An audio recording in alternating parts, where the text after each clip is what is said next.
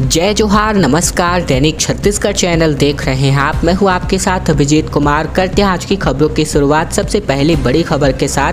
पहली बड़ी खबर से शुरुआत करें। इससे पहले अगर आप छत्तीसगढ़ के हैं और छत्तीसगढ़ के समाचार ठीक इसी प्रकार रोजाना देखना चाहते हैं तो चैनल को सब्सक्राइब जरूर कीजिएगा। पहली बड़ी खबर आ रही है, जगरगुंडा को तहसील और दोरनापाल को पूर्ण तहसील का दर्जा मिलने जा रहा है।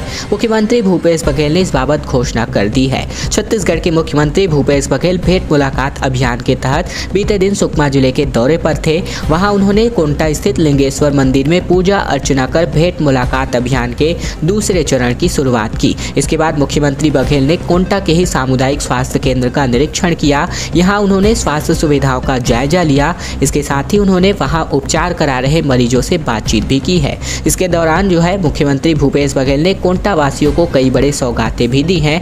लोगों की मांग पर मुख्यमंत्री ने उप तहसील जगरगुंडा को तहसील बनाने और उप तहसील दोरनापाल को पूर्ण तहसील का दर्जा देने का ऐलान किया है। इसके साथ ही कोंटा ब्लॉक के बड़ा गांव एवं जगरगुंडा में विद्युत सबस्टेशन, साथ ही साथ कोंटा में 30 बिस्तर अस्पताल को 50 बिस्तर करने, कोंटा ही में ही सामुदायिक स्वास्थ्य केंद्र में डॉक्टर एवं स्टाफ निवास का निर्माण, साथ ही साथ दुब्बा कोटा में खेल मैदान, एर्राबोर में मिनी स्टेडियम निर्माण की भी घोषणा करी गई। वहीं छत्तीसगढ़ की सीमा पर छत्तीसगढ़ द्वार के निर्माण का भी ऐलान किया गया है।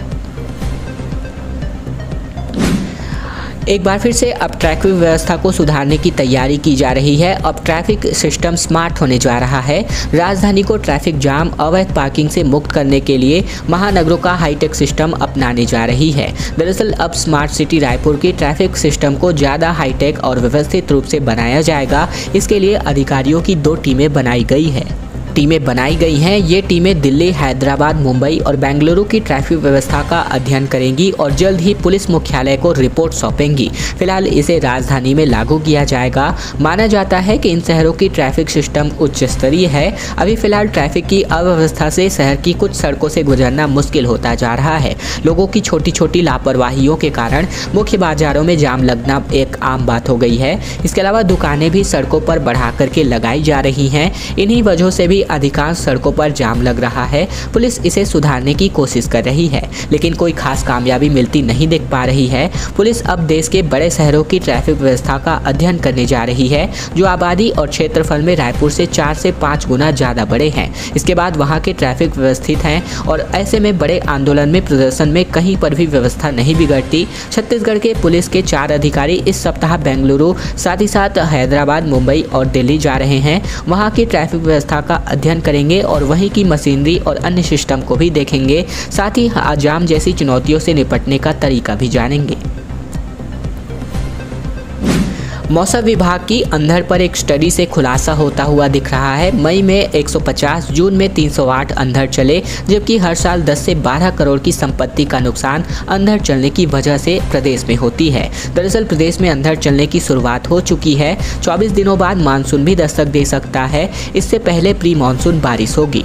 इस दौरान ही सबसे ज़्यादा अंधड़ चलती है। मौसम विभाग के अनुसार बात करें तो प्रदेश में मई में 150 व जून में सबसे ज़्यादा 308 से भी ज़्यादा अंधड़ चलती है। राजस्व एवं आपदा प्रबंधन के अनुसार बात करें तो इससे हर साल 10 से 12 करोड़ रुपए की संपत्ति का नुकसान होता है। मौसम विभाग अंधड़ का पूर्वानुमान जरूर जारी करता है, लेकिन संपत्तियों को बचाने का कोई उपाय नहीं किया जा सकता। प्रदेश में अप्रैल से तापमान बढ़ने के साथ ही अंधड़ यानी कि तेज हवाओं को चलने की शुरुआत हो जाती है। जब गर्मी ज़्यादा हो तब अंधड़ चलने की शुरुआत होती है। इसकी गति अचानक बढ़ती है। यह 30 किलोमीटर से लेकर के 70 किलोमीटर प्रति घंटे की रफ्तार से चल सकती है। ये अपने रास्तों में आने वाली कमजोर दीवार से लेकर के मजबूत पेड़ पौधों को भी उखाड़ देता है। यही नहीं, मकानों के टीन सेट भी पत्तों की तरह उड़ जाते हैं। सबसे ज्यादा अंधड़ कहाँ चलेगी इसका अनुमान नहीं लगाया जा सकता। मौसम वैज्ञानिकों का कहना है कि जब तक गर्मी तेज पड़ती रहेगी तब तक अंधड़ चलती रहेगी। अप्रैल से लेकर के 17 मई तक रायपुर में 7 से ज्यादा अंधड़ अब तक चल चुकी है और इस दौरान राजधानी के कई इलाकों में 5 से 12 घंटे तक अंधेरे में डूबे रहे हैं। हाल ही में बिलासपुर में चली अंधड़ के कारण भी 132 केवी लाइन का ही एक बड़ा टावर गिर गया था। इससे 70 गांवों में 24 घंटे से भी ज्यादा का अंधेरा छाया हुआ था। 15 जून से डीएलएड की मुख्य परीक्षा का आयोजन होगा। 10वीं और 12वीं की बोर्ड परीक्षा पूरक परीक्षा के आवेदन भी शुरू हो चुके हैं। 31 मई तक आप अपना आवेदन प्रस्तुत कर सकते हैं। छत्तीसगढ़ माध्यमिक शिक्षा मंडल ने डिप्लोमा इन एलिमेंट्री एजुकेशन यानी कि डीएलएड की मुख्य और साथ ही साथ अवसर परीक्षा की तारीख की घोषणा कर दी है। पहले और दूसरे वर्षों के लिए विद्यार्थियों की परीक्षा 15 जून से 30 जून तक ली जाएगी। परीक्षा उनके निर्धारित केंद्रों पर सुबह 8 से लेकर 11:30 बजे तक होगी। इस बीच छत्तीसगढ़ व्यावसायिक परीक्षा मंडल ने हाई स्कूल और हायर सेकेंडरी यानी कि 10वीं और 12वीं पूरक एवं अवसर परीक्षा के आवेदन भी खोल दिए हैं। पूरक अथवा अवसर परीक्षा के लिए 31 मई तक आवेदन ऑनलाइन करना होगा। विलंब शुल्क 550 रुपये के साथ आवेदन की तिथि 7 जून 2022 तक निर्धारित की गई है। अफसरों का कहना है कि परीक्षार्थी मंडल की ओर से जारी तय किए गए अग्रेसर संस्था के माध्यम से ही ऑनलाइन परीक्षा पत्र आवेदन पत्र भर सकते हैं। छत्तीसगढ़ व्यावसायिक परीक्षा मंडल और साथ ही साथ छत्तीसगढ़ माध्यमिक शिक्षा मंडल ने 14 मई को 10वीं और 12वीं की परीक्षा परिणाम जारी किया था। हसदेव पर मुख्यमंत्री भूपेश बघेल का ऐलान सामने आ रहा है, बयान सामने आ रहा है। देश को बिजली चाहिए तो कोयले की जरूरत तो पड़ेगी ही, लेकिन उसके नियमों का उल्लंघन नहीं होना चाहिए। दरअसल हसदेव अरण्य के जंगलों में परसा कोयला खदान की मंजूरी को लेकर के मुख्यमंत्री भूपेश बघेल का बड़ा बयान सामने आ रहा है। मुख्यमंत्री ने कहा है कि रायपुर में कहा कि देश को बिजली चाहिए तो कोयले की जरूरत तो पड़ेगी ही, बस इसमें नियमों का उल्लंघन नहीं होना चाहिए। परसा कोयला खदान के लिए बिना अनुमति पेड़ों की कटाई से जुड़े एक सवाल पर मुख्यमंत्री भूपेश बघेल ने कहा कि कोयला वही है जहां पेड़ और पहाड़ हैं, ऐसे में जंगल है। ऐसे में जंगलों को बचाने के लिए नीतियां बनी हैं, वन विभाग उसे देखता है, उसके लिए वन अधिनियम है, पर्यावरण कानून है, उन नियमों का उल्लंघन नहीं होना चाहिए। वहां प्रभावित लोगों को मुआवजा बराबर मिलना चाहिए। मुख्यमंत्री ने कहा कि देश को कोयले की जरूरत तो है, आज कोयले के लिए पैसेंजर ट्रेन को रोकना पड़ रहा है। इतिहास में कभी देश में ऐसा नहीं सुना गया था। आज भारत सरकार खुद रेल रोक रही है। अभी रेल मंत्री आए थे, कोयला मंत्री लगातार देख रहे हैं। देश को ऊर्जा अथवा बिजली चाहिए तो कोयले की जरूरत पड़ेगी ही।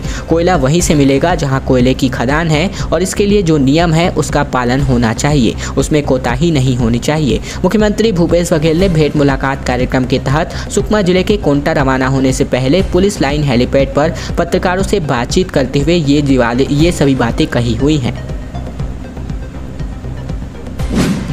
समर सीजन में टिकट नहीं मिलने की वजह से परेशान होते यात्रीगण दिखाई दे रहे हैं। रायपुर से गुजरने वाली 17 ट्रेनें अभी भी 26 मई तक रद्द हैं। 1 महीने बाद की टिकट भी वेटिंग में बताई जा रही है। 24 अप्रैल से रद्द की गई 17 एक्सप्रेस और 5 पैसेंजर ट्रेनें अभी भी शुरू नहीं हो पाई हैं। ये ट्रेनें 26 मई तक रद्द रहेंगी। इसके अलावा उसी रूट की दूसरी ट्रेनों में कन्फर्म टिकट नहीं मिलने से यात्रियों की परेशानियां बढ़ती जा रही हैं। वेटिंग 1 महीने तक चली गई है। कोयले सप्लाई के कारण इन ट्रेनों को रद्द कर दिया गया है। जानकारों का कहना है कि आने वाले दिनों में ट्रेनों की कैंसिलेशन की तारीख भी आगे बढ़ सकती है। हालांकि इसकी अधिकृत घोषणा नहीं की गई है। ट्रेनें रद्द होने से कई यात्री अभी भी रिफंड के लिए घूम रहे हैं। दरअसल कुछ तकनीकी कारणों की वजह से लोगों का रिफंड जल्दी नहीं मिल पा रहा है। जिन लोगों ने टिकट करवाया था उनके रिफंड बैंक अकाउंट में आ चुके हैं। ट्रेनें के रद्द होने की वजह से पहले ही जो तय की गई लोगों के समर वेकेशन है, इसकी प्लानिंग फेल हो गई है। ऐसे में लोग प्रदेश में या फिर आसपास के सड़क मार्ग में मुख्य रूप से घूमने के लिए प्लान बना रहे हैं। जिन ट्रेनों को रद्द किया गया है उनमें भुवनेश्वर एलटीटी द्विसाप्ताहिक एक्सप्रेस भुवनेश्वर 19 से लेकर के विभिन्न प्रकार की पैसेंजर और साथ ही साथ लोकल ट्रेनें शामिल हैं। छत्तीसगढ़ के नर्सिंग कॉलेज में दाखिले के लिए आवेदन शुरू हो चुके हैं। बीएससी नर्सिंग की प्रवेश परीक्षा 19 जून को होगी। 3 जुलाई को होगा एमएससी नर्सिंग के लिए एंट्रेंस एग्जाम। दरअसल छत्तीसगढ़ के नर्सिंग महाविद्यालयों में दाखिले के लिए प्रवेश परीक्षाओं का कार्यक्रम घोषित हो चुका है। छत्तीसगढ़ व्यावसायिक परीक्षा मंडल ने बीएससी नर्सिंग की प्रवेश परीक्षा के लिए 19 जून की तारीख तय की है। एमएससी नर्सिंग तथा पोस्ट बेसिक नर्सिंग में दाखिले के लिए प्रवेश परीक्षा 3 जुलाई को होने जा रही है। इन परीक्षाओं के लिए ऑनलाइन आवेदन किए जा रहे हैं। व्यावसायिक परीक्षा मंडल ने बताया है कि बीएससी नर्सिंग के लिए ऑनलाइन आवेदन करने की अंतिम तिथि 26 मई निर्धारित की गई है। के साथ ही बात करें तो एमएससी नर्सिंग और साथ ही साथ पोस्ट बेसिक नर्सिंग के पाठ्यक्रमों में प्रवेश परीक्षा के लिए ऑनलाइन आवेदन 29 मई तक लिए जाएंगे। आवेदन पत्रों में हुई गलतियों के सुधार के लिए भी समय सीमा निर्धारित कर दी गई है। बीएससी नर्सिंग प्रवेश परीक्षा के लिए आवेदन पत्रों में त्रुटि सुधार 27 से लेकर के 29 मई तक किया जा सकता है।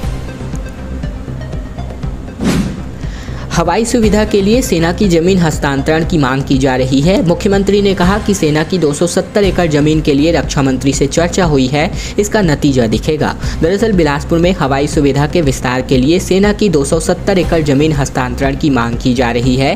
रायपुर में मुख्यमंत्री भूपेश बघेल ने हवाई सुविधा जन संघर्ष समिति के प्रतिनिधि मंडल को बताया कि उन्होंने केंद्रीय रक्षा मंत्री राजनाथ सिंह से इस बारे में चर्चा की है। उन्होंने आश्वस्त किया है कि राज्य सरकार बिलासपुर एयरपोर्ट के लिए चिंतित है, शीघ्र ही इसके परिणाम एयरपोर्ट में दिखाई देंगे। हवाई सुविधा जनसंघर्ष समिति के प्रतिनिधि मंडल ने मुख्यमंत्री को बताया कि फंड स्वीकृत होने के बावजूद नई टर्मिनल बिल्डिंग का काम अब तक शुरू नहीं हो पाया है। अभी यात्रियों को छोड़ने और ले जाने के लिए लोगों को बैठने के कोई व्यवस्था नहीं है। एयरपोर्ट के बाहर न तो शौचालय है और न ही कैंटीन का इंतजाम किया गया है। एयरपोर्ट के अंदर ही एकमात्र कैंटीन डिपार्चर लाउंज में है, जो सिर्फ यात्रियों के लिए है। इसके अलावा प्रतिनिधि मंडल ने एयरपोर्ट के विस्तार के लिए मुख्यमंत्री से सेना की 270 एकड़ भूमि का हस्तांतरण कराने और एयरपोर्ट में मूलभूत सुविधाओं की मांग को लेकर चर्चा की है।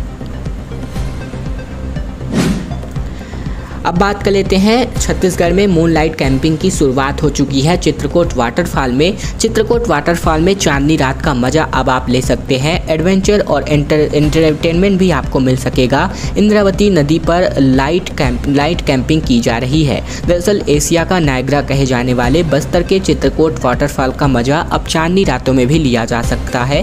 दरअसल सबसे खास है कि 90 फीट की ऊंचाई से गिरते पानी के नीचे बोटिंग का मजा, इसके साथ ही एडवेंचर और ढेर सारा एंटरटेनमेंट, यह सब कुछ 16 मई की रात इंद्रावती नदी के तट पर साकार हो गया। इंद्रावती नदी के पास नाइट कैंप लगाए गए और पर्यटक भी इसका काफ़ी ज़्यादा मजा ले रहे थे। इसके साथ ही छत्तीसगढ़ में मूनलाइट कैंपिंग की भी शुरुआत हो गई है। दिन में ऊंचाई से गिरते झरने को अब चांदनी रात में निहारना और उसके किनारे बसेरा रोमांच पैदा करने वाला है। ऐसे में पहले दिन लगभग 53 पर्यटक इस एडवेंचर और एक्टिविटी के साक्षी बने। इस पूरी एक्टिविटी के दौरान हमारी टीम भी इस पर मौजूद रही, जो पहली बार अपने पाठकों के लिए खास पल की तस्वीरें लेकर आई हैं, खबर और वीडियोस के लिए लेकर आई हैं। ऐसे में छत्तीसगढ़ पर्यटन मंडल और जिला प्रशासन ने संयुक्त रूप से इस एक्टिविटी की शुरुआत की है। केंद्र की उपलब्धि को गिनाने के लिए बूथ स्तर पर भाजपाई पहुंच रहे हैं। 2023 के विधानसभा चुनाव के लिए तैयारियां शुरू हो चुकी हैं। नुक्कड़ नाटक करके योजना को बता रहे हैं। छत्तीसगढ़ के बात करें तो भाजपा कार्यकर्ता इन दिनों विधानसभा चुनाव की तैयारियों में जुट गए हैं। केंद्र सरकार की योजनाओं और उपलब्धियों को गिनाने के लिए लगातार बूथ स्तर का दौरा कर रहे हैं। अलावा बात करें तो नुक्कड़ नाटक करके केंद्र की उपलब्धियां गिनाई जा रही हैं। बूथों में कैंपिंग भी की जा रही है। भाजपा के नेताओं का दावा है कि आगामी विधानसभा चुनाव में बस्तर की सभी विधानसभा सीटों पर भाजपा जीत दर्ज करेगी। इसके अलावा कार्य विस्तारक और भाजपा नेता योगेंद्र कौशिक ने कहा कि हमारा बूथ सबसे मजबूत, इसी नारे के साथ कार्यकर्ता हर घर में जाकर काम कर रहे हैं। 2023 में बूथ स्तर पर विजय पाना ही हमारा लक्ष्य है। डॉक्टर रमन सिंह की 15 साल की भाजपा शासनकाल की उपलब्धियों के बारे में भी बताने की जरूरत है। साथ ही छत्तीसगढ़ की कांग्रेस सरकार की कमियों को भी लोगों को गिनाने की जरूरत है। ये बातें फिलहाल भाजपाइयों द्वारा करी जा रही हैं।